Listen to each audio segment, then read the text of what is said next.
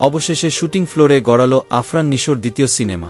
১.৫ বছর আগে সুড়ঙ্গ সিনেমা দিয়ে বড় পর্দায় অভিষেক হয় এ অভিনেতা। এতে তার সঙ্গী ছিলেন তমা মির্জা। সিনেমাটি ব্যবসা সফল হয়, কিন্তু তারপরও ১.৫ বছর নতুন কোনো সিনেমার শুটিং শুরু করতে পারেননি এ অভিনেতা। অনেক জল্পনা কল্পনা হচ্ছিল তাকে নিয়ে। মাঝে নতুন দুটি সিনেমায় চুক্তিবদ্ধ হওয়ার খবর দিলেও সেগুলোর ছিল না কোনো অগ্রগতি। তাই আফরান নিশোর ফেরা নিয়ে বেশ ধোঁয়াশা তৈরি হয়। অবশেষে ২ নায়িকা নিয়ে দাগি সিনেমার শুটিং শুরু করেছেন আফরান নিশো। কথা ছিল আনুষ্ঠানিক ঘোষণা দিয়েই সিনেমাটির শুটিং শুরু হবে। জটিলতার কারণে সেটি সম্ভব হয়ে ওঠেনি। তাই গোপনেই এর অ্যানাউন্সমেন্ট প্রমোর দৃশ্যধারণ শুরু হয়েছে বলে জানা গেছে। এটি পরিচালনা করছেন শিহাব শাহীন।